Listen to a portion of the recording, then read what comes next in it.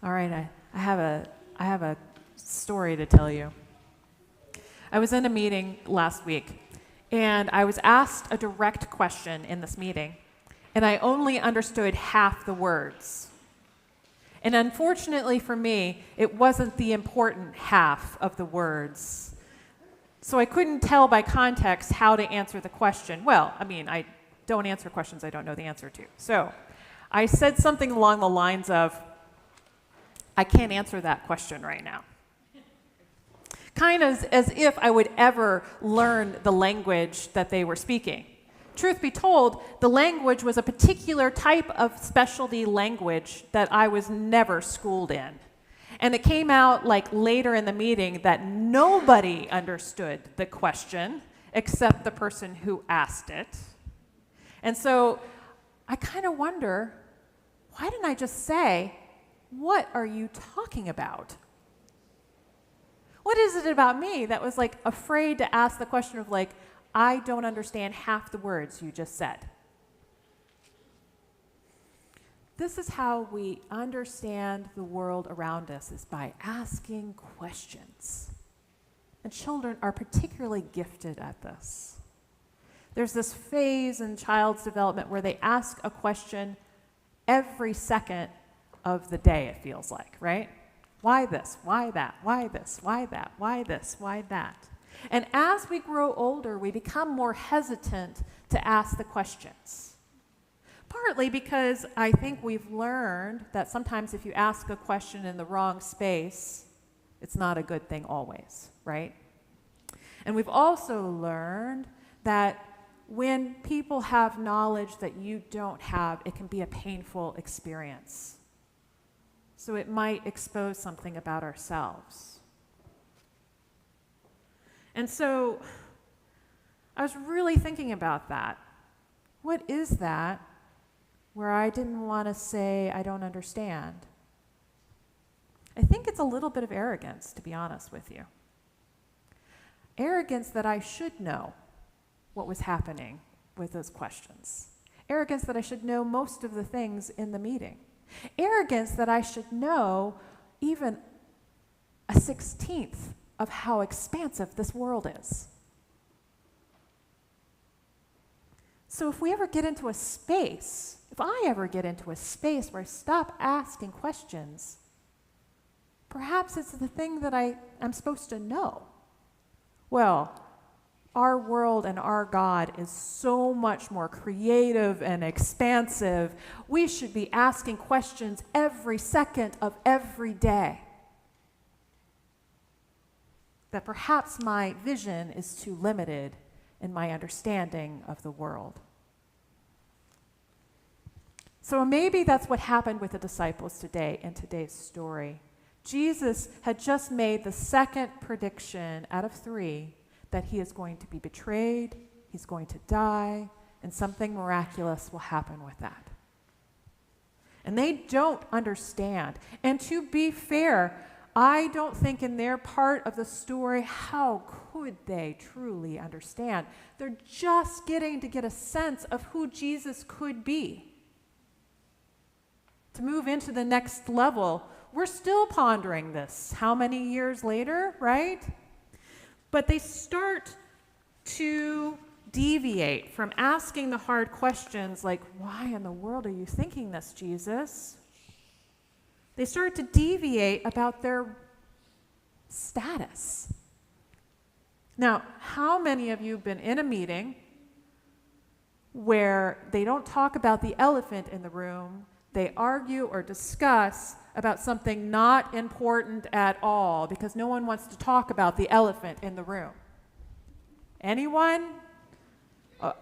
Now, I know from the church world, it happens all the time. We have silly discussions instead of talking about the big, hard things. It's just part of our being. I don't know what that is, that sense of not wanting to be vulnerable, that sense of not wanting to change or be transformed by it. But curiosity is essential to our faith. Essential. It strengthens us. It helps us expand our view of the world. St. Augustine of Hippo, one of the first theologians that we had, always talked about it in a question format, questioning every aspect of all the things that was being discussed. It's in the very basics of who we are as a faith. And so I was thinking about an example of someone who really understood questions. And especially after the Proverbs, I don't know if you've had an experience with that first reading before, but if you're old enough to remember it, it used to be used against women. But here's this lovely poem about what a woman or a person could be. And so I thought of a story of a woman who didn't take the traditional role, but certainly was every part of that Proverbs. Her name is Wangari Maathai. She's Kenyan. And she was born in the 40s. And she started something called the Green Belt Movement in the 70s. Anybody ever hear of this? Well, it's an incredible story. She grew up in Kenya, in a small part of Kenya, in a small village, and she asked questions all the time. And her curiosity and her intelligence had her stand out so that she won scholarships to go to high school. And then she won a scholarship given by JFK, who at that time was a senator, to come to the United States and to study here and to finish her degrees here in the United States. And so she studied biology, and then she went and got her doctorate, her postgrad work in biology, and got her doctorate eventually. But while she was doing her dissertation back in Kenya about a brown ear tick. Now, you didn't think we'd be talking about ticks today, but we are. The brown ear tick is found in African cattle, and they carry a disease that kills the cattle.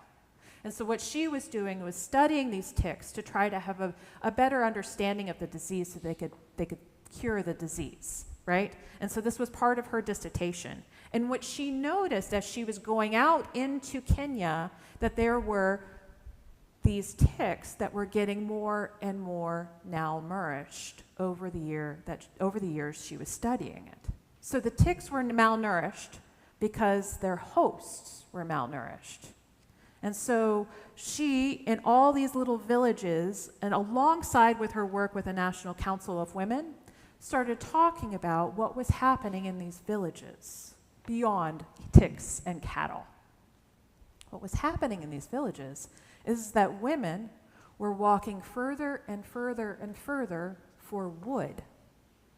Wood was becoming more and more scarce because the deforestation of the train lines had happened. And so they would walk further and further out for wood. And malnourishment was happening not just because there was no food. That wasn't the issue. The issue was they didn't have the fire to cook the foods that they knew how to cook.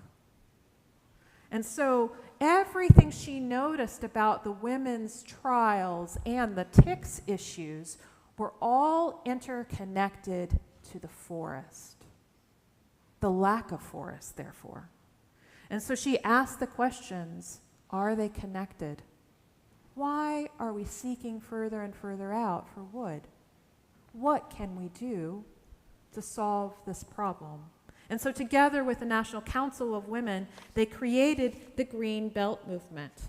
The Green Belt Movement, what they did is they created nurseries all over Kenya and grew these trees from the nurseries and spread them out all over, planting trees after trees after trees after trees, focused on a women's movement and labor done by women. So it was all woman-led and organized. You can imagine the effect it had, especially 40 years later, after they planted thousands and thousands and thousands of trees. The whole communities were retransformed. And I'm not talking just about forestation. I'm talking about the women who participated in it as well. What they say is that the Green Belt movement was a part of, hand in hand with the change of how women were viewed in society.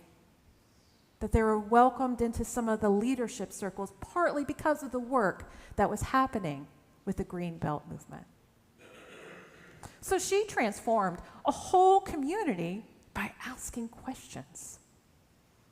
I love this story because I imagine when she first started piecing things together that she couldn't imagine the transformation that happened in that community, right? It was so beyond the imagination, I imagine, at that point.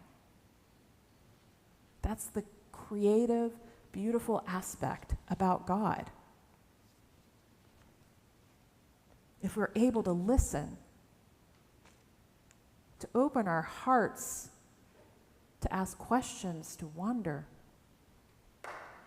Back to the story a little bit. You know, they jumped right into questions of status and hierarchy and who's the greatest, the disciples, right? Well, that kind of goes hand in hand with the shutdown of asking questions. That arrogance that I was talking about. The fact that we should maybe know the answer. Moving into a space of judgment, yes or no, instead of why or maybe. So I ask that we lean into that curiosity. Lean into asking questions. To ask the hard questions. And especially in the season of creation, our participation in this. In the world and in the environment around us. What does Walnut Creek seek? How can we help? Can we listen? Can we hear? Can we be transformed by the faith and the love and be transforming?